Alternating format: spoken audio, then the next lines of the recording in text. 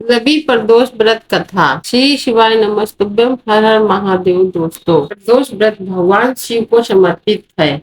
इस दिन शिव जी के साथ माता पार्वती की पूजन अर्चना करने से व्यक्ति को सुख समृद्धि के साथ बेहतर स्वास्थ्य का आशीर्वाद मिलता है। पंचांग के अनुसार हर महीने की कृष्ण और शुक्ल पक्ष की त्रयोदशी तिथि को प्रदोष व्रत रखा जाता है। अश्विनी माह का यह प्रदोष व्रत रविवार को है। इस वजह से इसे प्रदोष व्रत कहा जाता है। यह व्रत पितृ पक्ष में रखा जाएगा, इसलिए यह और भी अधिक फलदायक है। इस दिन कुछ खास उपाय पर भगवान शिव के साथ अपने पितरों का भी आशीर्वाद प्राप्त कर सकते हैं। इस दिन भगवान शिव की पूजा पूरे विधि विधान से की जाती है और व्रत रखा जाता है। शिव जी की उपासना प्रदोष व्रत के प्रदोष काल में करनी होती है। रवि प्रदोष व्रत करने से मनुष्य को धन और आरोग्य की प्राप्ति होती है। व्रत से विविधा भी दूर होती है।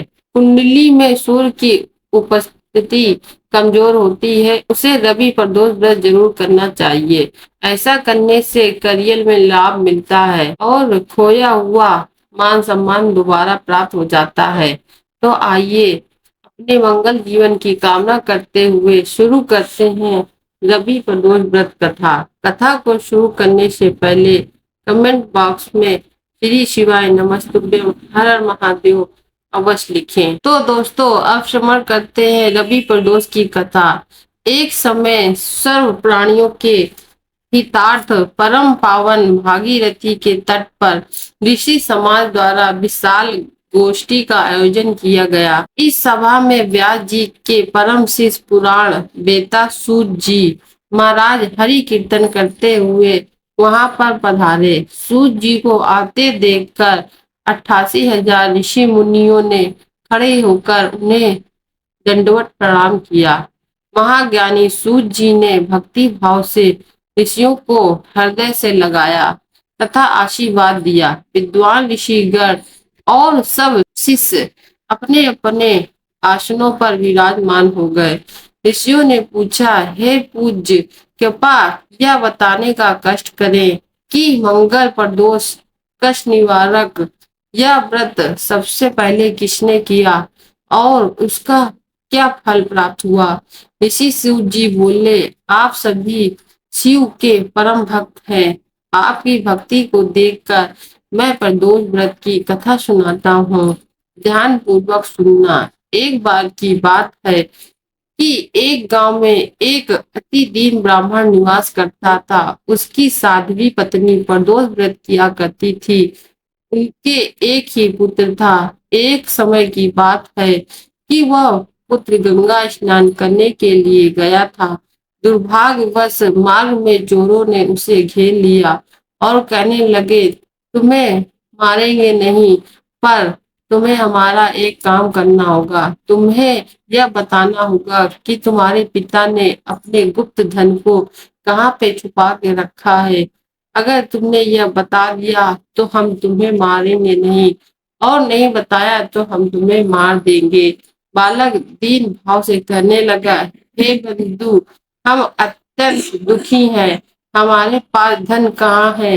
चोरों ने उसकी बात सुनकर कहा, तुम्हारे पास धन नहीं है तो तेरी इस पोटली में क्या बंधा है।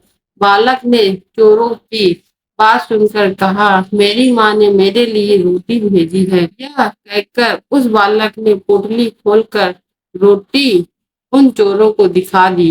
देखकर चोरों ने एक दूसरे से कहा, साथियों, यह तो बहुत ही दिन दुखी मनुष्य है, अतः हम किसी और को लूटते हैं। न कहकर चोरों ने उस बालक को जाने दिया। बालक वहां से चलते हुए एक नगर में पहुंचा। नगर के पास एक बरगद का पेड़ था। वह बालक उसी बरगद की वृक्ष की छाया में सो गया। उसी समय नगर के सिपाही ही चोरों की खोज कर रहे थे। उसी बरगद के पेड़ के पास पहुंचे और बालक को चोर समझकर बंदी बना लिया और राजा के पास ले गए। राजा ने उसे कारावास में बंद करने का आदेश दे दिया। तो उस तरह सैनिकों ने राजा को आदेश पाकर उसे जेल खाने में डाल दिया। और उधर रात हो चुकी थी। ब्रह्माणी का पुत्र जब घर नहीं लौटा तो उससे अपने पुत्र की बहुत चिंता सताने लगी। उसने पूरी रात अपने पुत्र के इंतजार में बिता दी। दूसरे दिन प्रदोष व्रत था। तो ब्रह्माणी ने प्रदोष व्रत किया और भगवान शंकर से मन ही मन अपने पुत्र की कुशलता की प्रार्थना की। भगवान शंकर ने उस ब्रह्मांडी की प्रार्थना स्वीकार कर ली। उसी रात भगवान शंकर ने उस राजा को स्वप्न में दर्शन देकर कहा कि वह बालक चोर नहीं है, उसे प्रातः काल छोड़ दो, वरना तुम्हारा सारा राज्य, धन, वैभव, पुत्र आदि सब नष्ट कर दूंगा। तो प्रातः काल राजा ने शिव जी की आज्ञा अनुसार उस बालक को कारावास से मुक्त कर दिया और बालक से पूछा, तुम्हें मेरे सैनिक पकड़कर कैसे लेकर आए? सारी कहानी मुझे बताओ। तो राजा की बात सुनकर उस बालक ने चोरों से लेकर बरगद के पेड़ तक की सारी कहानी राजा को बता दी और राजा से कहा, मुझे अब घर जाने दीजिए। मेरी माँ मेरे लिए न जाने कितनी दुखी हो रही होगी। राजा ने उस बालक का सारा वृत्तांत सुनकर अपने सिपाहियों को आदेश देकर उस बालक के घर भेजा और उसके माता पिता को राज दरबार में बुलाया।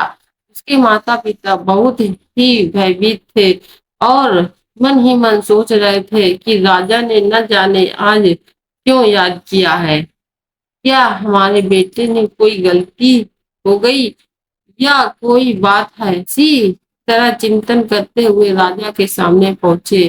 तो राजा ने उन्हें इतना भयभीत देखकर कहा, आप इस तरह मत डरो। आपका बालक निर्दोष है। मैंने भूल बस आपके बच्चे को रात भर जेल में रखा।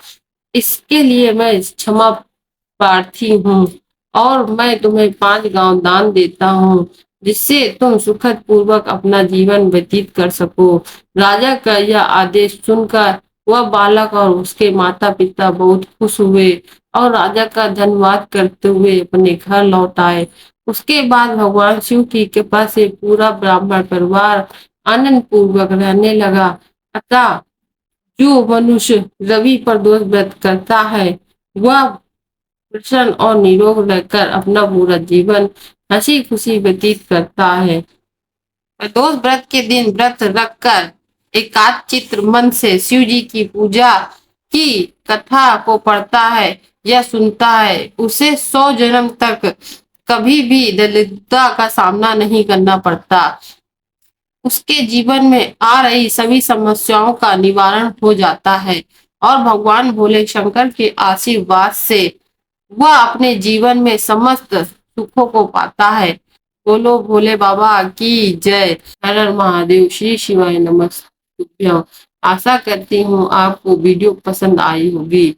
अगर वीडियो पसंद आई हो तो हमारे चैनल को सब्सक्राइब और कमेंट में श्री शिवाय नमः अवश्य